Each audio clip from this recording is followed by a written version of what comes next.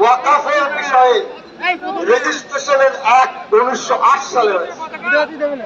Transfer of property act হচ্ছে 1882 সালে। Muslim welfare act 1923 সালে। বেঙ্গল ওয়াকাফ অ্যাক্ট 1934 সালে। এই সমস্ত ওয়াকাফ সম্পত্তি 40 পাতা সংসদে এনেছে বিজেপি। কি চাচ্ছে? 95 সালের ওয়াকাফ আইনকে ধ্বংস করতে চাইছে।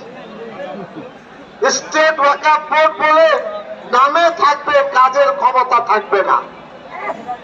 ট্রাইব্যুনাল তারা গঠন করবে, মাথায় বসে থাকবে জেলা শাসক। হিন্দু ভাইদের, আমি তাদের সঙ্গে ঝগড়া আমাদের নেই, কিন্তু জিজ্ঞাসা করি মসজিদের ইমাম কে হবেন, মোতাওয়াল্লি কে হবেন, এটা কি হিন্দু ভাইরা ঠিক করতে পারবে? তাদের কি যোগ্যতা আছে? কোন এক মন্দিরের পুরোহিত কে হবে, সিদ্দিকুল্লাহ চৌধুরীকে ঠিক করতে পারবে? পারবে না।